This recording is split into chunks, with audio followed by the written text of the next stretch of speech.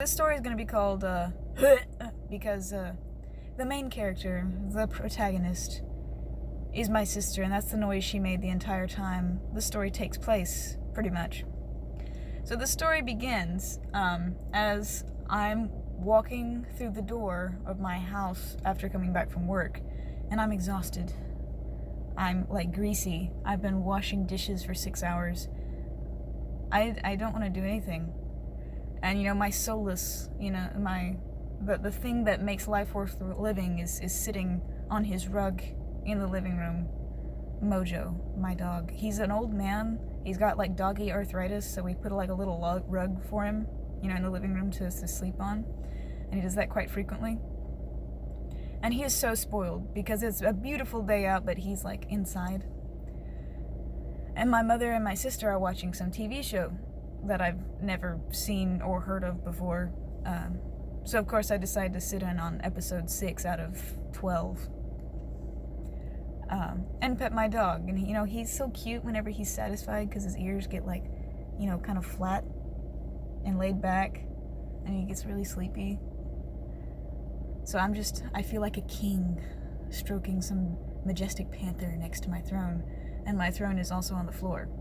And my mother and sister on the couch.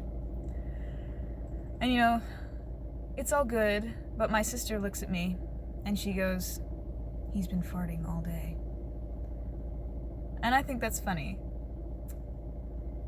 Because obviously potty humor is funny, but also because, normally I'm the one that has to put up with all of his messes, all of them. The ones that are aromatic, the ones that are solid and aromatic, if you catch my meaning. Because, as he's gotten older, he can't control the call of nature so well anymore. And he's not very good at communicating. He's a terrible communicator. Dogs, I don't know how it is with other people's dogs, but my dog no communication. Absolutely none. If he's sad, he won't tell you. If he's happy, he won't tell you. It's pretty good. But yeah, I'm the watchdog for the watchdog. I just sort of watch over him as he sleeps and make sure that I don't have to clean up anything big. And if I sense that I might have to start cleaning up something, I take him outside. I usher him to the door. But he seems fine now because he hasn't farted since I've been inside. So I'm just going to sit there and pet him. And eventually he kind of rolls over onto his side and, he's about to fall asleep. And I think he startles himself somehow because I just hear this and my dog goes,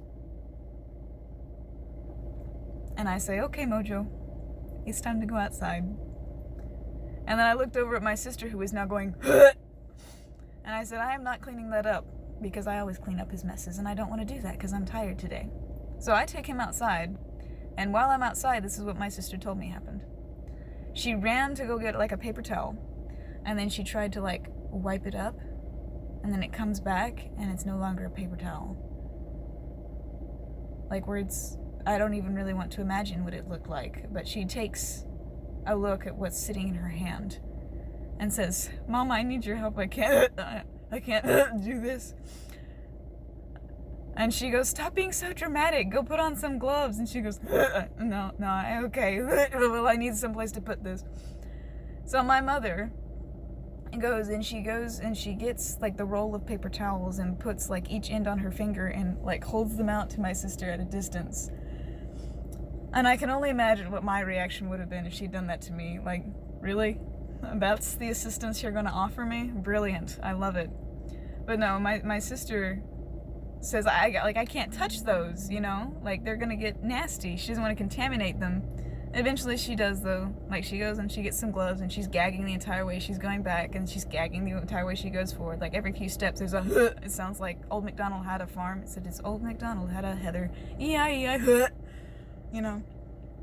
And she goes, and she's continuing to wipe it up, and she's looking, and she's using her phone to try and see, and she just sees this glistening puddle that's almost all the way back against the wall, it's covered. I'm kind of impressed with my dog at this point. I didn't realize he could use that much force anymore. I thought that was nothing. It was impressive. So at this point I come back in and I look and I see that they're still doing their thing. So I say, "I'm gonna go take a shower," because I feel extra filthy now. So I go and I take a shower, and while I'm taking a shower, they moved on to Clorox wipes.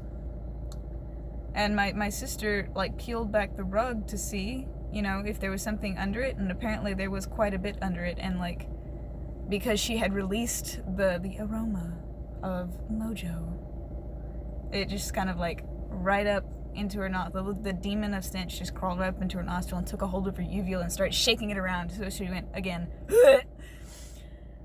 So eventually she starts to get it cleaned up a little bit, you know, and by the time I come back, they look like the life has been sucked out of them. It's funny how that works in my family. Like, the dogs just suck your life force out bit by bit. And they were staring off into the distance like they'd been traumatized. I imagine they had. And they're no longer watching their TV show.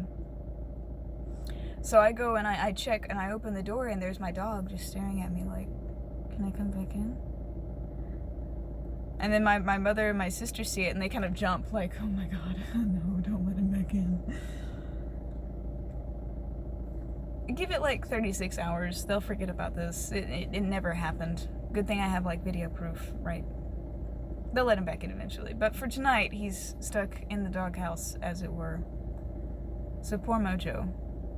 But yeah, that's the story of